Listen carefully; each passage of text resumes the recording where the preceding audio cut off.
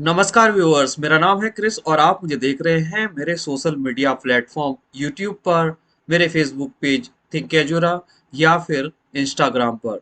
Viewers, जैसे कि आप सभी जानते हैं, अपनी कविता की इस सीरीज में हम थिंक एजुरा पर नए नए विषयों को लेकर कुछ कविताएं लेकर आते रहते हैं। और हमारा जो ध्येय होता है वो अवेयरनेस क्रिएट करने का होता है, लोगों को अवेयर करने का होता है, लोगों को मोटिवेट करने का रहता है। हम किसी पर भी पर्सनल कमेंट नहीं करते और हमारी कोशिश होती है कि एक बड़े रूप में एक समाज को कुछ न कुछ संदेश जा सके।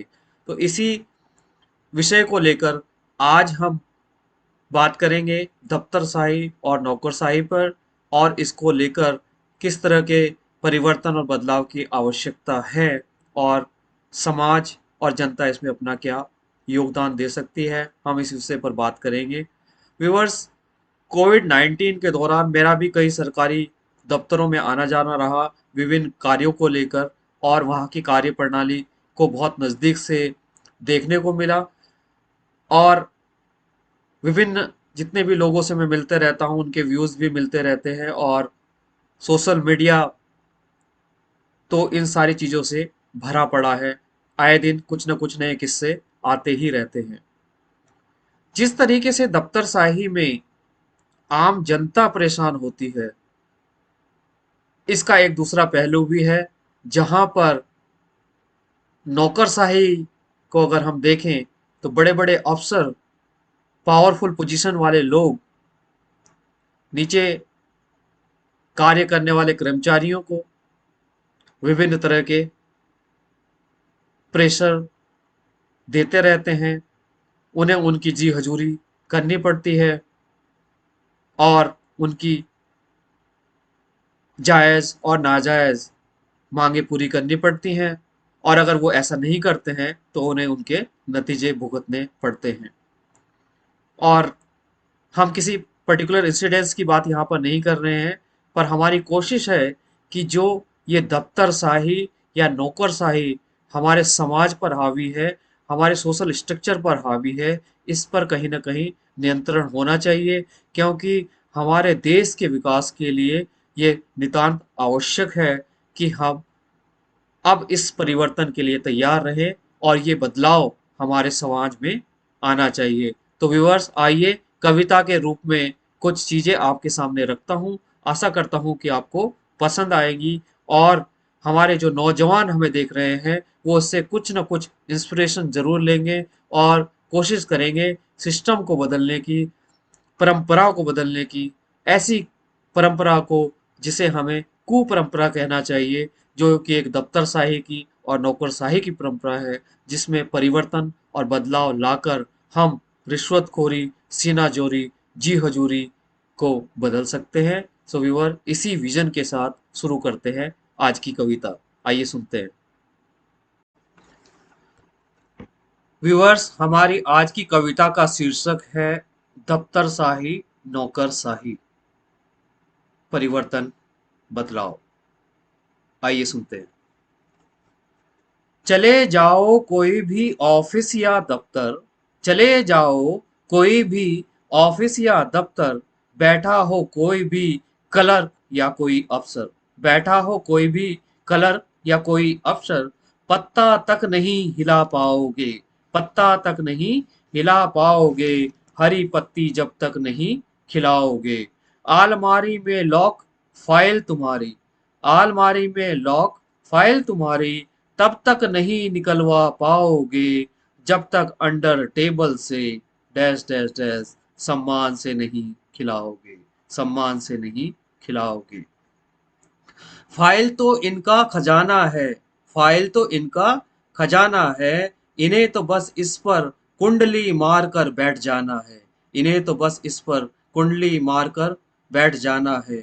जनता को आकर, जनता को आकर भैंस के सामने बीन बजाना है, और फिर सांप को भरपेट दूध पिलाकर, और फिर सांप को भरपेट दूध पिलाकर नतमस्तक बस हो जाना है, नतमस्तक बस हो जाना है। ईमानदारी से इनको टस से मस नहीं कर पाओगे। ईमानदारी से इनको टस से मस नहीं कर पाओगे। जनता तुम इनकी फुंकार से ही डर जाओगे। जनता तुम इनकी फुंकार से ही डर जाओगे। चक्कर काट काट कर इन ऑफिस और दफ्तरों के, चक्कर काट काट कर इन ऑफिस और दफ्तरों के थक हार कर बैठ जाओगे।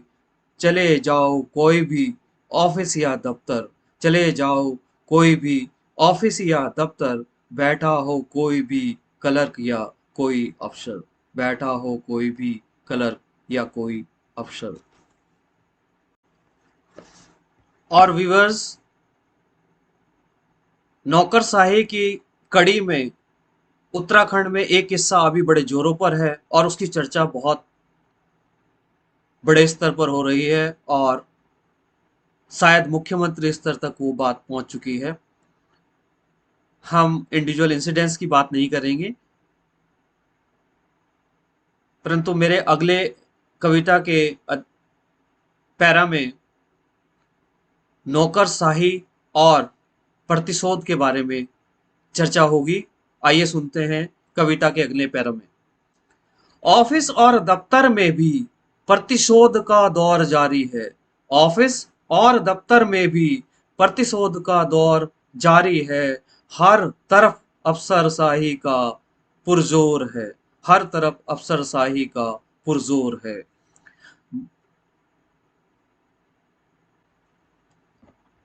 मानोगे नहीं अगर हर बात हमारी, मानोगे नहीं अगर हर बात हमारी, काला पानी कर देंगे ट्रांसफर तुम्हारी, काला पानी कर देंगे ट्रांसफर तुम्हारी। प्रोटोकॉल के चक्कर में पड़कर, प्रोटोकॉल के चक्कर में पड़कर तुम नौकरी अपनी गवाओगे। पर्सनल केयर अगर नहीं कर पाओगे, पर्सनल केयर अगर नहीं कर पाओगे, गारंटेड इस्तीफा देकर जाओगे। अफसर की गलती पर भी अगर, अफसर की गलती पर भी अगर शीश तुम अपना नहीं झुकाओगे, शीश तुम अपना नहीं झुकाओगे। आज के आज ही तुम, आज के आज ही तुम ना जाने कहाँ ट्रांसफर हो जाओगे, ना जाने कहाँ ट्रांसफर हो जाओगे। आज अगर बच भी गए, आज अगर बच भी गए तो क्या रिटेलिएशन, और विवर्स रिटेलिएशन कहते हैं प्रतिशोध को, बदला को। तो यहाँ पर रिटेलिएशन का अर्थ आप समझिएगा और तब कविता की लाइनें को समझने की का प्रयास कीजिएगा। आज अगर बच भी गए तो क्या रिटेलिएशन से बच पाओगे। चले जाओ कोई भी ऑफिस या दफ्तर, बैठा हो कोई भी क्लर्क या कोई अफसर, बैठा हो कोई भी क्लर्क या कोई अफसर।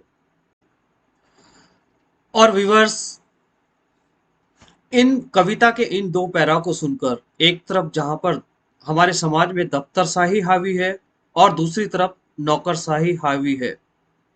जहां पर दफ्तरों में कर्मचारी जनता का शोषण कर रहे हैं, वहीं पर विभिन्न दफ्तरों में, कार्यालयों में बड़े पोजीशंस पर बैठे हुए लोग, पावरफुल लोग अपने नीचे काम करने वाले कर्मचारियों का शोषण करने में लगे हुए हैं। तो व्यूअर, ये सवाल उठता है कि कब तक ये व्यवस्था चलती रहेगी और क्या हम इसे बदलने का बीड़ा उठाएंगे। और उठाएंगे तो मैं जनता का आह्वान करता हूं कि वे अपनी आवाज बुलंद करें।